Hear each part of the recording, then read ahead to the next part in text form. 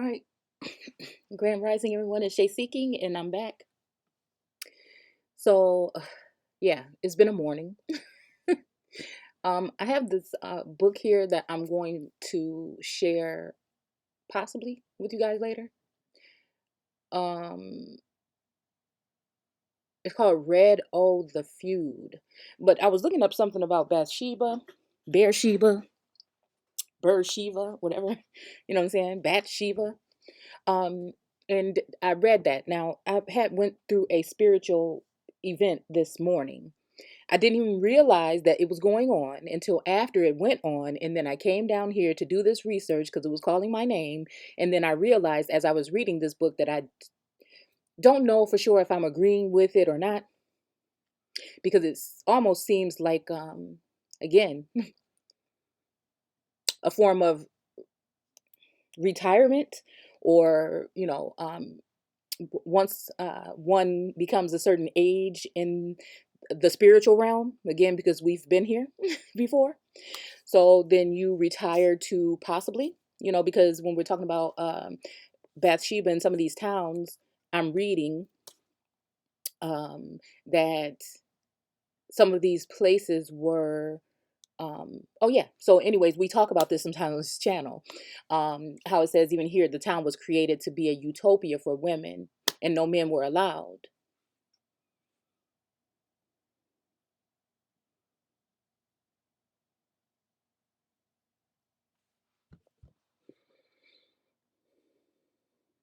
You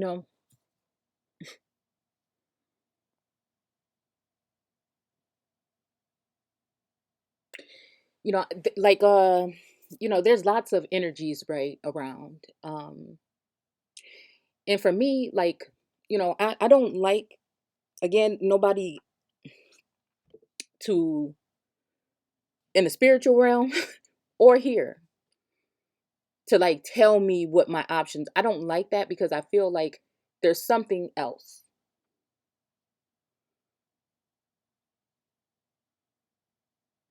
And again, that's just my personal preference. I just feel like there's something else to cover something why people want to get rid of certain women at some point in time for whatever reason. And so, and again, it might be a loving gesture. It might be what someone feels as though they should do. But again, you will never know what you should. If you want to do a loving gesture, I would think that, um, again, you would, you know, maybe ask. And then in a sense, like like most of the time when I'm in the spirit, we'll just say that. Like I'm asking, but answering questions, but thinking out loud, you know? And I don't know. It's very strange how it occurs. Okay. And so again, this is me just sharing my story with you guys. You know, sometimes feel like is it best to go away quietly? I don't like that idea either. So like I'm all the way open right now with y'all. I'm trying to be because everybody should have a chance to tell their story. Especially when it comes to something like this that's so unique. Um, that I don't know. You want to be able to express these things.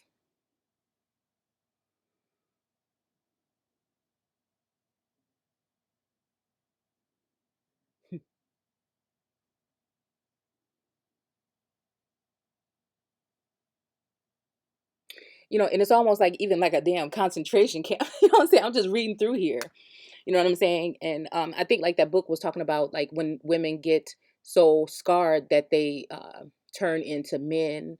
But then some are soft. You know what I'm saying? And this is where they probably belong. It's just a way. We'll get to it later, but what I want to do was um, just look at this. And again, we're just doing this the old school way. we're going to do this the old school way of just seeking and searching and sharing. And I'm what I'm doing right now is I'm going through um, biblical storylines again. um, I ended up running across a video by Drop Nation, and it was talking about Bathsheba. And so, um, you know, again, and I hate saying people's names, but not, like, especially when it's something like this, you know, um, so we'll just keep it simple like that. Um, because I don't know if they, you know what I'm saying. So, okay. So Bathsheba or Shiva, daughter of the oath.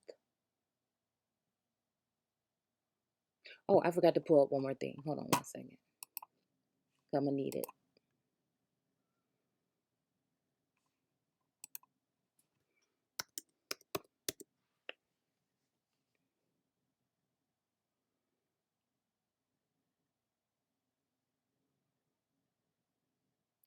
Judicial swearing, solemn appeal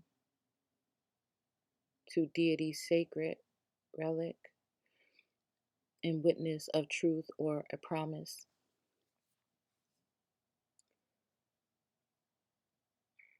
An oath. Old Irish. Funny that they use that. Common Celtic German. History obscura. Okay. Related terms. Hagen, Hagenot. Hmm.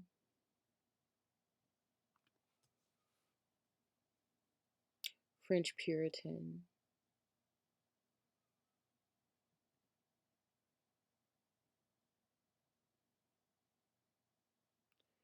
Hmm. Comrade. Okay, friend, companion.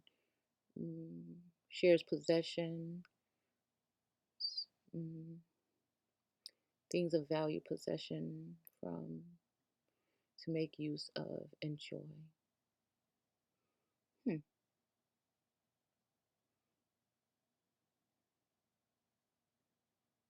Okay.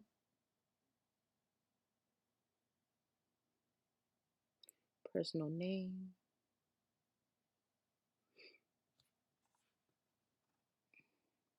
French Protestant or product. Well, Protestant. Hmm.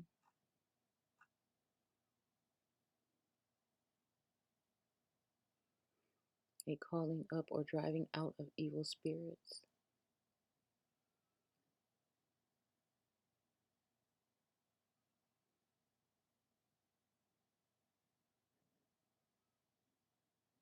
So it's funny how even down here it says a magical power that fences in the swearer. Hmm. Offense. So even like I think what they were talking about in that one book is about these women being able to build these type of structures or whatever by themselves. And again, in the spiritual realm, I think that we're talking about mental blockages or stuff, you know, um, minds, because these are uh, prominent women, strong women, some of royal bloodlines.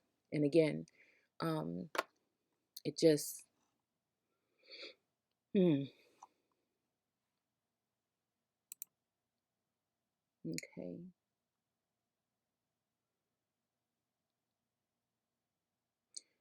All right. So I was looking at, uh, okay, we won't go there. Okay. Because again, biblical, again, like I said, some of these storylines are, again, we are going through them now. Some of them are, again, let me see. Hmm. And some of them are, what do you call it? things that have come in the past. I mean, it's just like past, present, and future. Like I said, the word is living. But again, I feel like, I can see at what I can see sometimes these things happening, but now since I'm seeing them happening again with my mind's eye, I'm wondering, you know what I'm saying? The vessels may have looked different, but we're dealing with the soul, we're dealing with the spirit of these people. So I don't know, it's really hard to explain. Okay. But um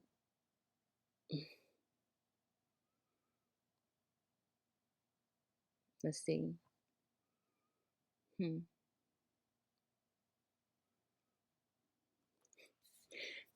So we're gonna just go ahead and read the preface or preface.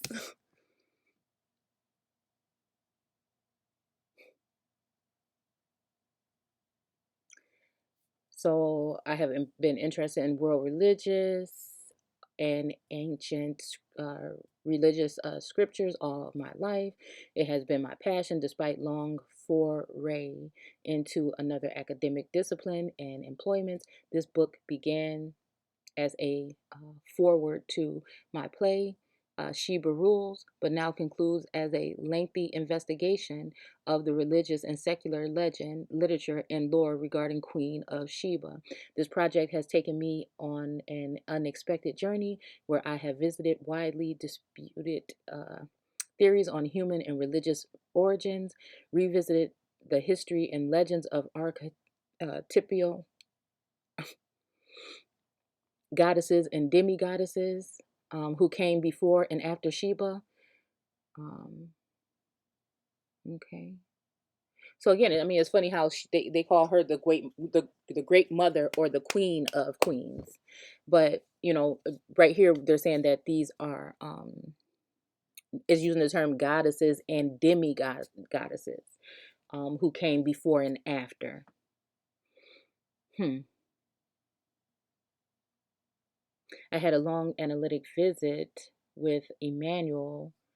We won't say the last name, and also attempted to establish association between the Queen of Sheba and Pharaoh's Hatshepsut.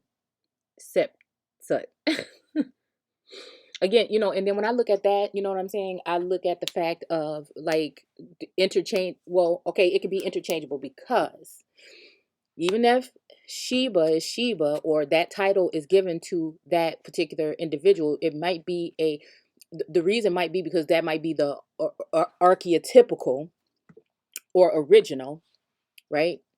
Um, you know, but then when things were mixed with different groups and different, we'll just say groups that came into certain places and took women or either, moved other women in and down, took them off their throne and put other people in those positions. You just have to see which one, what I'm saying, what you feel would have come first. But usually when we're reading the storylines, all of the storylines are mixed into one. And just like even thinking about the Holy Spirit, okay, the reason why these names are prominent is because I feel that these women were in that spirit. Or there's maybe many that are in that spirit, but there's always the one at different time lengths, different time frames, even in different places. Because again, if you think about, how they say the Father is in us and we are in the Father. So then, particles or whatever would be spread about that would make a Sheba, right? It would be like a movement or something, possibly in my eyes sometimes. But there's a one that started it or one that is the archetypical original, but again, produced more spawn. Because again, when we're talking about birthing and stuff like that and ready to deliver a child, sometimes I feel like we're talking about different movements and different flows and different energies that are going to be brought out. Again, that's just my take on it. So it says there were times in the course of my exploration when I plunged headlong into metaphorical uh, connotations and Gnostic um, interpretations of Sheba in the Solomon story. Okay, so part One of this book begins with the scriptural study of all Sheba, referenced particularly on the origin and genealogy of the name, its formal tribal territories, connections to Hebrew patriarchs. Again, we're talking about tribal, territories. I mean, where else are we talking about? I know anybody can say that, but again, we have done the research and put it in the work, and we know what it is that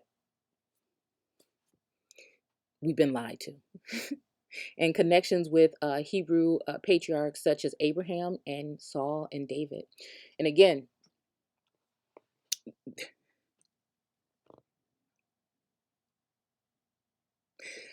hmm,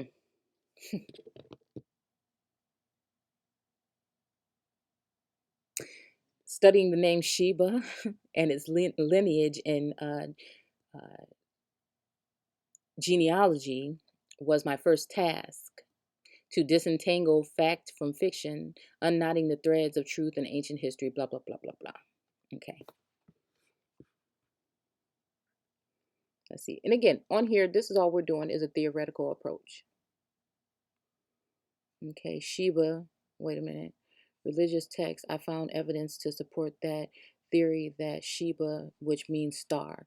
So again, I feel like also I know that this is, if we go about it with the Gnostic notion, that yes, I think that this energy is dealing with, the brightest star, or a high priestess or empress in her own right, one that knows that she is as well, and that she's just not gonna just take any old thing, right?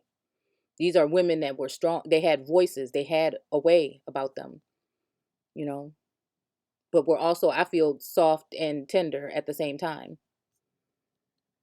Like even when I was having my little session this morning, I'm like, I'm feeling kind of some way, like I can feel like really, vulnerable sometimes, but there's other times when you know, if you are coming to harm me or someone that I care about, then I'm ready to,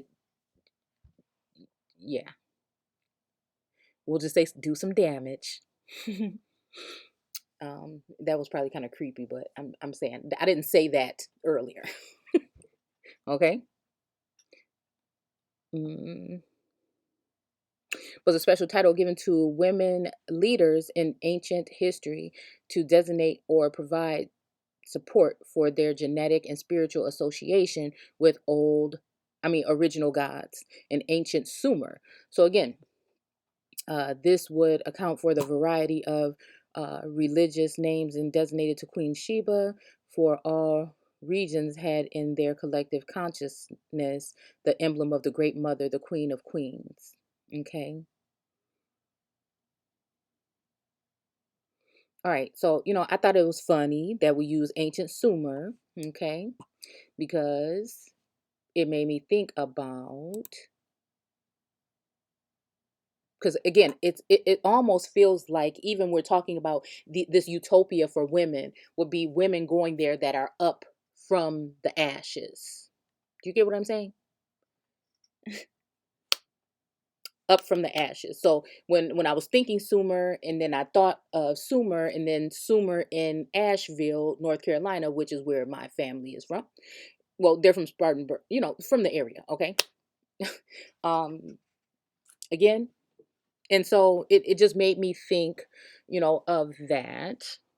Okay. And how I'm telling you, if you take away one of those M's, you'll have Sumer, which would be where I feel ancient Mesopotamia would be, from the research and the information that I have that I have found, and using my mind's eye and a sense of scrying or searching, to put these things together. Again, this is very random today. I'm just putting something together really quick. I'm kind of like rusty on doing these type of videos like this, but hopefully you'll get my drift.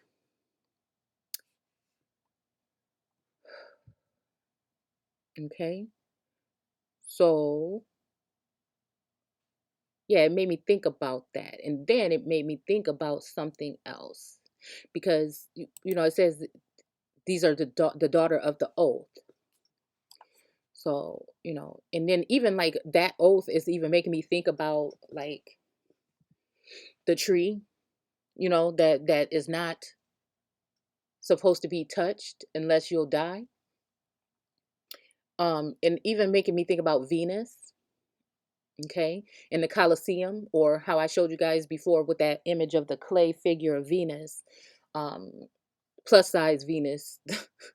um, and when we're looking at the head, and it seemed to be like a old Colosseum almost, like because it's not her hair because it's coming all the way down over the eyes. It's like some kind of helmet or something, but it also reminds me of a Colosseum, how it would be set up, how people would be looking in. So again, when I'm talking about when it comes to um, mining the mind, that these women were very powerful, beautiful creatures or women, and they were worth more than gold, and we are here again today. And and like I bring awareness to this because we have to be careful and we have to be able to protect, and that's what I'm saying, like even within the community and what we're talking about, I see the love, coming in abundance, but um I see a shift, and I see some things changing. But our women need to be really protected at this point in time. Just not even just on a regular basis, but spiritually. You know, again, I feel like again in my time right now that I have died at least one spiritual death.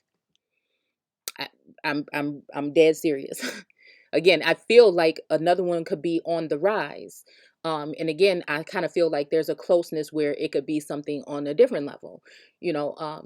And again, I take it with stride, like this morning, I had a moment. I had some things that I realized weren't there that I had to deal with. I let them out in a moment of so-called weakness. But again, I call it strength because afterwards I usually come back with my full energy from what I feel. So, yeah. So it says oath, judicial swearing, a solemn appeal to deity, sacred relics, etc., in witness of truth or promise. Okay. So again, it almost reminded me of the promised land, right? The promised land. Because again, when we want to look at land, um, land is also referring to the soil, and the soil is also sometimes referring to the people. So, mhm, let's see, an oath. Okay, again, old Irish again, and so I'm even thinking about this because, like, a second ago, I don't know if I want to really be sharing it or not, but I had a little bit of information about genealogy. And so again, I just go where spirit takes me. And it's just so funny. Like I'm said, I'm not trying to prove anything to anyone. This is just the way I do my research and the way that I take into account things that I have already verified and already seen. And I have a sense of knowing, and then I go in to confirm those particular things. Because I don't pay attention that much to dates and times and all that stuff. Because again, I know what has been done. And I see the pattern of how it's been done, and I've witnessed and I've gone through too many of these spiritual events in order to not see. So taking all of those things into account, see, I'm able to do that and share it with you guys again, and you can take it or leave it. So yeah, so a witness of truth or promise, um, oath, okay, common to Celtic, Germanic, possibly a loan word from one to another. Hmm. But the history is obscure and it may ultimately be non-Indo-European. Okay. Hmm.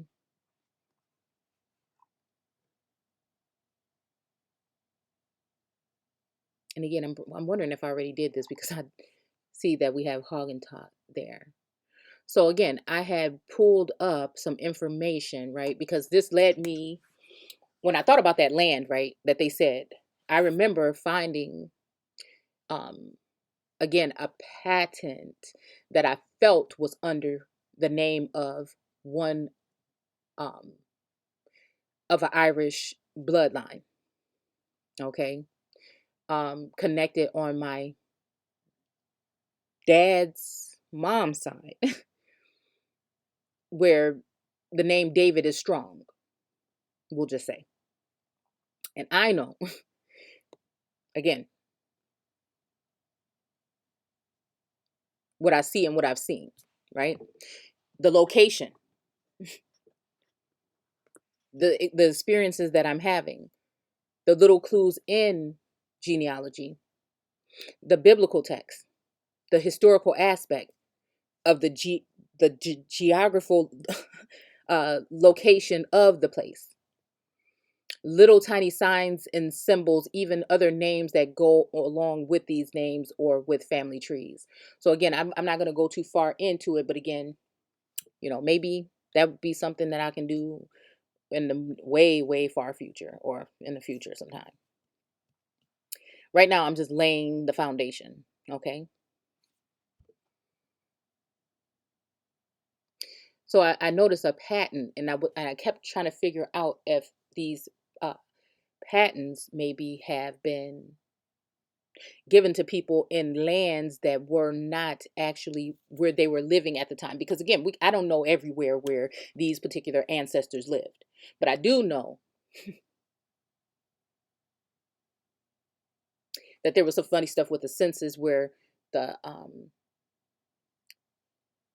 David at one time was listed under the census as head, but then there was another time when the Irish name was listed as the head. And if you look at the two coat of arms, one with the so-called colored lineage has the belt strapped tight around the coat of arms, and the other one with the other lineage from the old Irish, I feel, doesn't have it, and but they are very similar.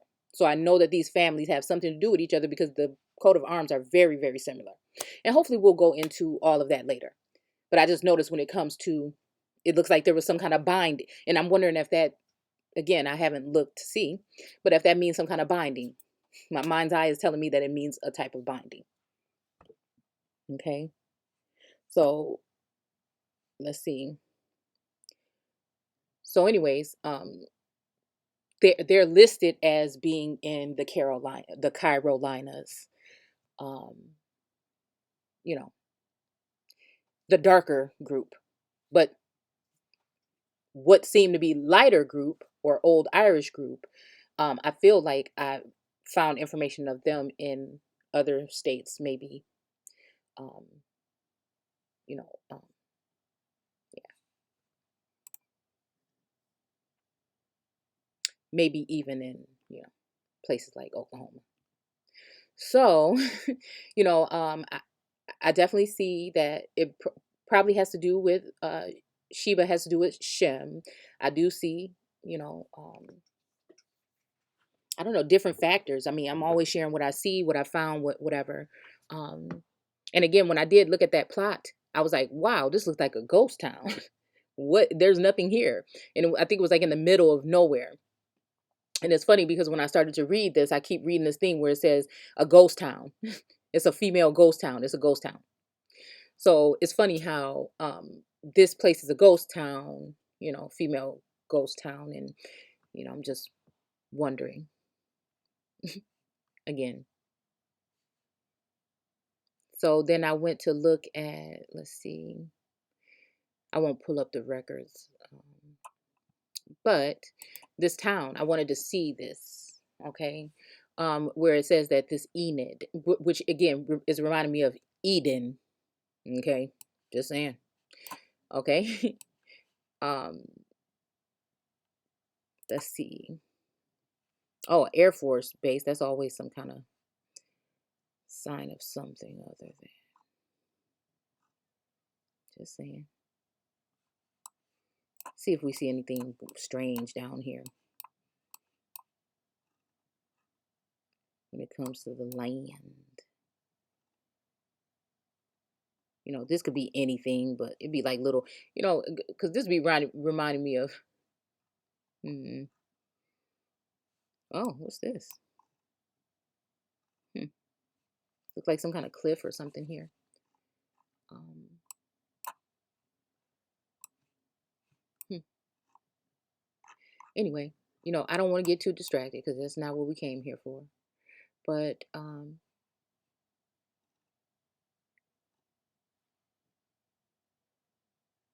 let's see, Emain. I wish I can go back to where I was just at when it had the thing around it.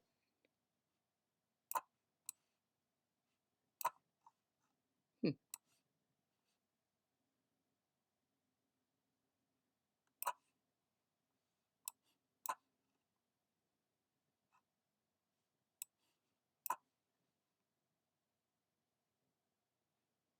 Isabel, Ames, Hennessy, Marshall, Crescent, Cedar Valley, Seward. I don't know. Stewart kept coming up because again, that name is tied to. Um,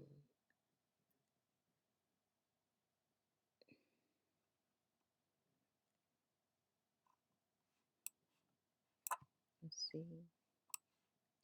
Yeah, and so I even found it funny where the seven clans, because remember we were talking about the seven stars. So even this was funny that we find the seven clans. Because I noticed that a lot of these, as far as like a lot of these storylines have like um certain things like okay later on in the video from the drop nation he was saying something about pomegranates and I was trying to think what would that be? So like if I was trying to compare it to the Americas, and so I tried to look up something told me again, mind's eye told me to go straight to Edisto Island. Again, that's my grandmother's name is Edisto, or one of my grandmothers or great grandmothers. um and again, I know that they had something to do with that particular landmass. So um or that island, okay? And so it took me there.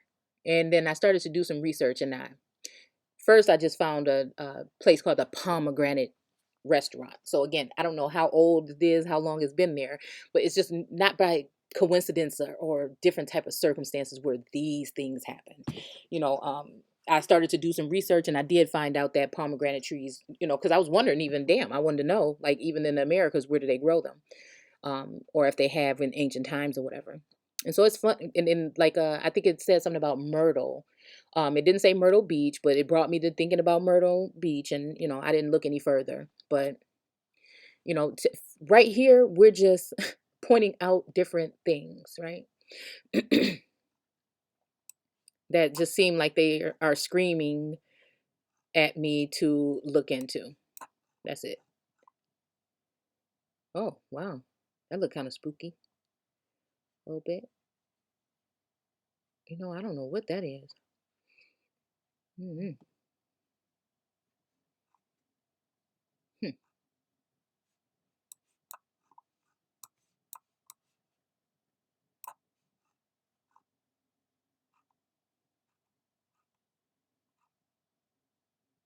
Hmm.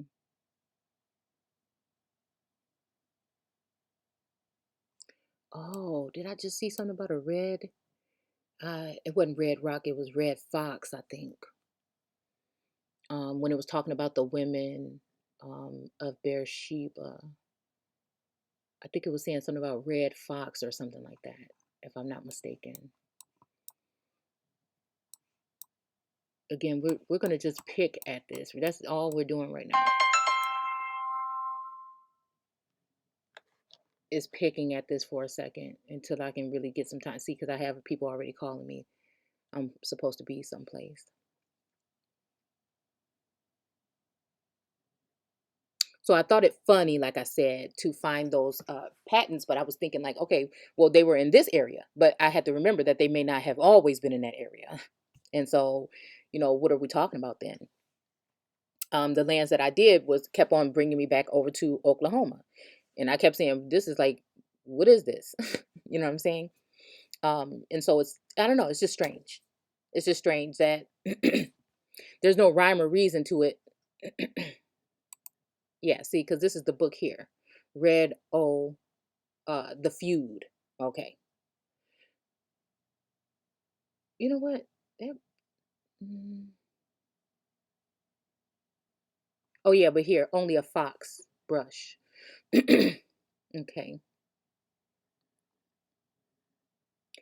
Uh, they're the mothers and sisters of those red folks I saw yester morning, he answered. What will the sons, what will the sons be friends with mothers such as those to suckle them? Hmm.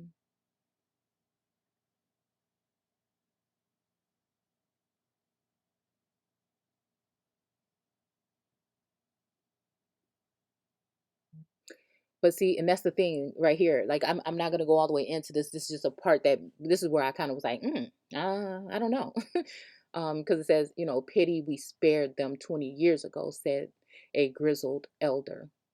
Kill all, say I, when the feud has hardened women into men.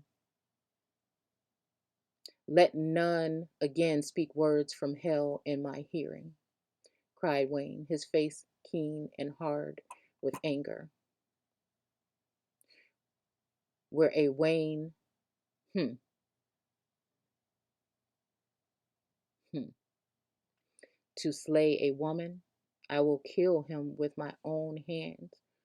Oh, shame on you, friends, shame on you. He broke off the passionate, tender heart of the man awaking. Hmm. Let us live if we may, and die if we must. But those women yonder might well have been mother or sister to each one of you. They are brave, and God give them rest for it. And now the women had spied on them, had seen their black heads swart against the hilltop sky, and they ran up, and the old and the young together, and the wains stayed still in their saddles and watched them in amazement. Yea, our wings, cried the foremost of the woman, breathless after her climb. Hmm. Said Wayne of Marsh, and then a storm of cries arose and curse rattled on the wains like hail, and a northern wind bent it, and the women leaped in among the horsemen and clutched at them, and because their strength was fed by air, open air and hardship, they were as men to reckon with, though they came unarmed. For the first and the last time in his life, Shameless Wayne went bent on fighting, even to loose and gently as um, he could the grip of the woman who had fastened on him, hurt him in what he always been a weak place in his armor. Mm.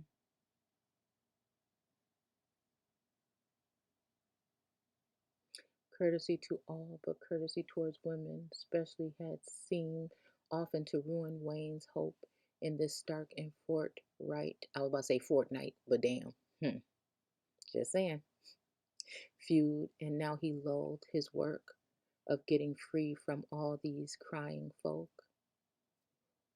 Hmm.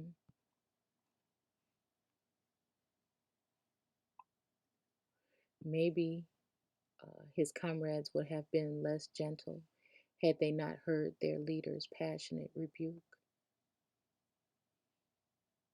As it was, they forced the women off as best they could, not hurting them, and they followed Shameless Wayne at a gallop over the gold and the red and the black of the moor, and left the Ratcliffe women crying, shrilling, still behind them.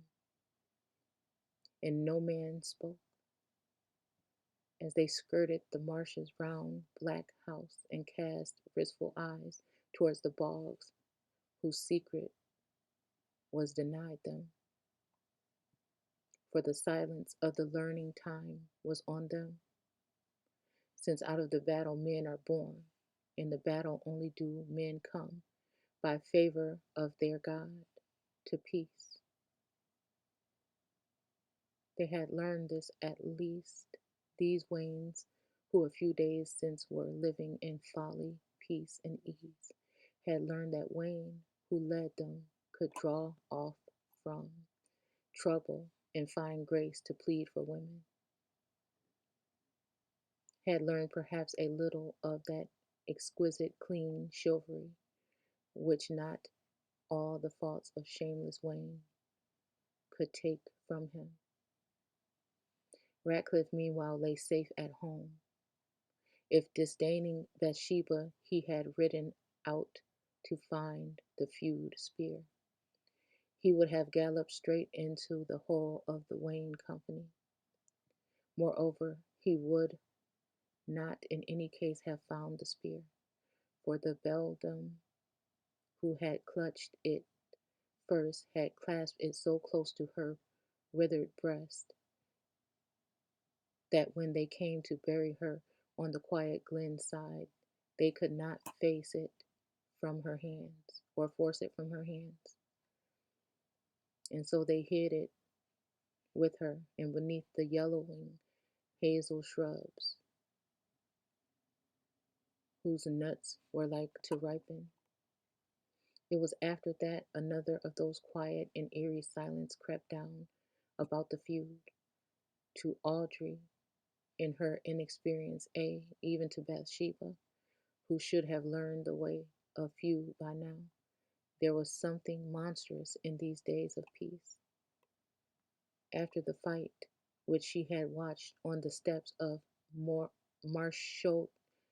Marshcoltes churchyard, Audrey could not understand the red Ratcliffe did not come in with wounds upon him 3 times a day at least. But then she had never known how fields will grow lush with hay crop and thereafter must rest a while. The various idlers till the second harvest of the year grow quietly in the night and in the sunshine. But Joseph knew these things, and his old blood warmed in him, and he forgot that the feud spear had gone out of sight. Now, little by little, Joseph and Bathsheba drew the story of the years from the redheads who slept now within the shelter of the Black House.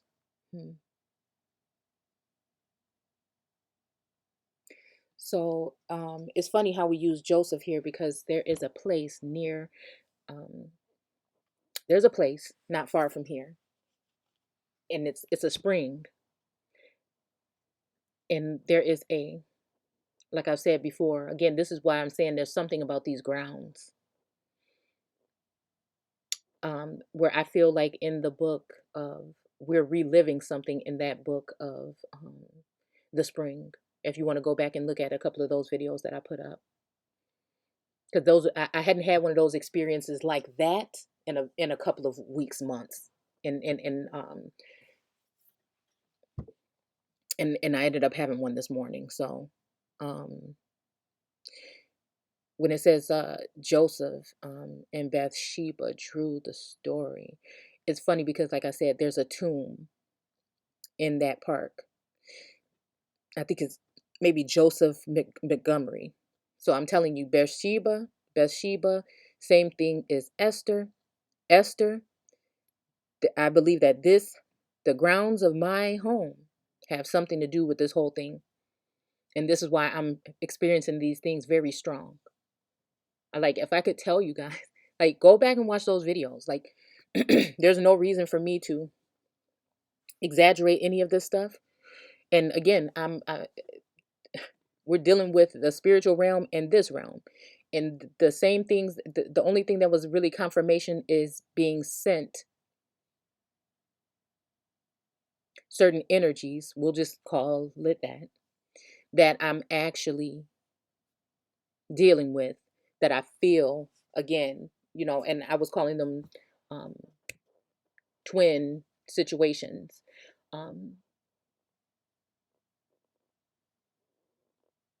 and again, it's right. We'll just say that. Okay. So I don't know, like I said, when it works like this, when being someone that sees like this, you're not 100% aware. Like sometimes I feel like, is this some kind of game? Chess, not checkers, right? um that someone is playing mind games or something like that, or are these real experiences that I'm having here? um and there's just too many different things, but hey, prophecy or plan. Prophecy or plan, because somebody knew this. Like I told you, these people, somebody knows exactly who we are. Now I'm not saying that there can't be, again, energies that come in, like this Wayne person or whatever, that felt some kind of way about this, right? That felt some kind of way about this, doing this to women. And again, this is why we have to protect ourselves. And this is where, there's a lot of issues of trust that come up. But we should be guarded, we should be protected. Again, we should all be knowing who we are. And some of us are a little bit more deeply rooted into the spiritual journey than others, but we should be talking about these things, and allowing other people to see and feel like there's a place, a safe haven.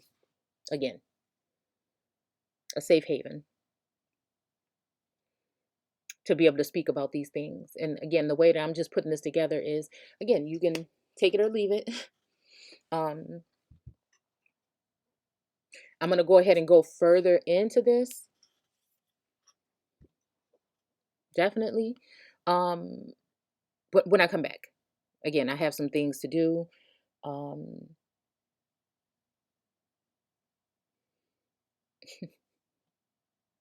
it's funny because when yeah, I have some things to do, so I'm going to come back. I'm going to come back, and then we'll get to the meat and bones of the book or whatever. Okay, we won't go into this one. But we'll go into the actual book that I got the link from, the video. And I'm going to bring up a couple of things again, and this is not to combat with any of his information, because what he put out was amazing. If anything, this is just to kind of put a couple extra words on it, kind of how I'm seeing it. So again, it's about, again, I said, I feel like it's about building in a sense. you know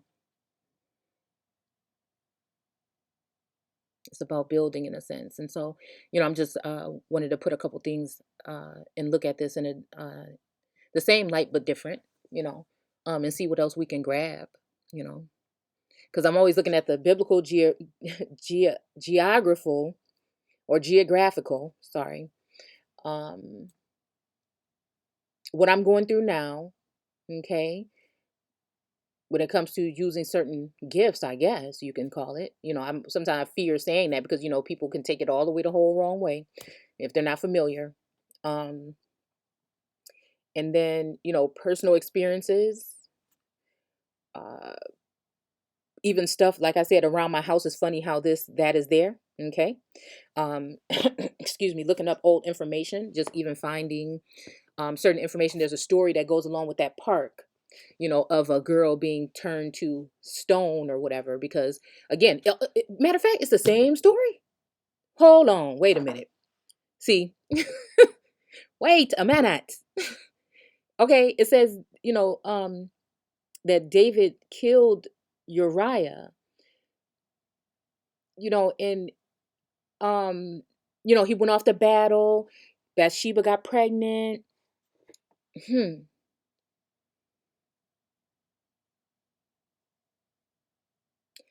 that's strange. because that's the same thing that happened on the plaque on the park. It says that the girl was with a guy, I guess, and somebody went off to battle, and when he came back, he found out that the girl had been with his friend, and so she would go down to the this spring every day to take a clean herself. And when she went down that one day, that she had was turned to stone because of his jealousy. And so it's very strange and very similar.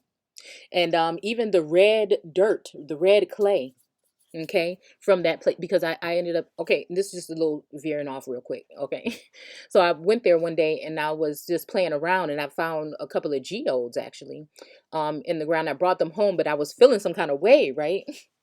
Because I was feeling some kind of way, and then later on that day I had I don't know, I think somebody may have sent me a link, or I ran into this link about something where I was looking at the way that this layout was. I think it had something to do with Janus. um I think Janius, I believe. And there was a lady that was being burned in a tree and all this other stuff, again. When I was walking through the park, I didn't notice that so I had to go back the very next day to go see. And like the whole layout looks very similar. And there's like an ancient little fountain there. Um, and I don't know. Again, I'm just going through these things and going through these motions. But clearly, I veered off the path one day and I took those things home, and I felt like there was an energy that was saying, you shouldn't have took that. You shouldn't have took that. And for a couple of days, it was just feeling kind of weird. So I went and took the stuff back to the park. You know what I'm saying? I went and took the stuff back to the park, and I was just like, okay, please, but like even reading that storyline, I was reading what I had done, and I was feeling the senses of what had been done, right? But someone was had a liking to the girl that took the stones, which I had done unknowingly, right? Having this printed out on my dresser and hadn't read through it. And so, it's like, I don't know. It's very strange, but I knew one thing: they had to go back. They had to go back, and so I took the stones and stuff back, and I didn't go back up that path anymore, because then, actually, even when I was coming down, it was saying, take off. I was hearing something say, or just like a sense of, take off your shoes. This ground is holy, right? And after looking at those images and looking at that stuff that's in that park and how some of it looks so ancient, I just knew we were walking on holy ground. It was some kind of holy ground. So anyways, I'm going to stop there and we're going to come back. I hope you guys like this kind of video. Again, I feel bad sometimes, because right? Cuz I want to share my story with you guys, and I want to kind of hear your stories as well, but at the same time, I feel like sometimes me being an open person, how I am with some of this stuff, you know, where I feel like I've been exploited and exposed in other ways where people wanted to do it. You know what I'm saying? It's not payback or anything. It's just like, well, let me tell my side of the story. What's wrong with that? So um I don't know. It's just one of those things that I'm just thinking like if this is because at some point in time you get tired, you know. At some point in time you get tired, Um but again, like I do have a feeling,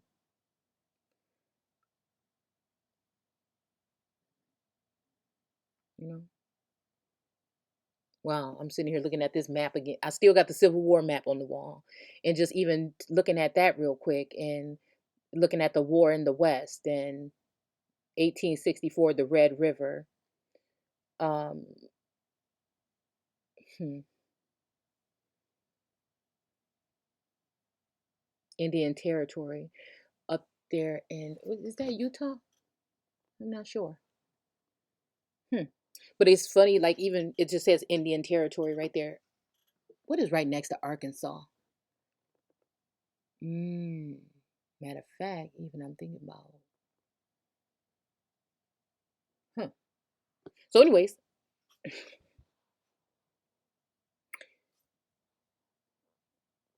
yeah, there's more I want to talk about. we're just gonna come back. I'm just all over the place right now, but just stay tuned if you want to hear more about this, and we'll go from there. So, because excuse me, like even reading that book, there's just some things, like I said, were standing out to me. As far as uh, Tamar and everything. So again, sometimes when I'm reading the biblical text, I'll go into my genealogy, and actually, I'll say this, and I'll always say this: that the biblical text and the bloodlines and timelines, I mean, the bloodlines and the genealogy in the biblical text is easier for me to go from that and use that to even go and look for certain names in my family from that way, instead of coming from this way. And I'm not saying that's the best way to do it, but since I'm dealing more heavily in the spiritual realm, this is just the way it actually happened for me.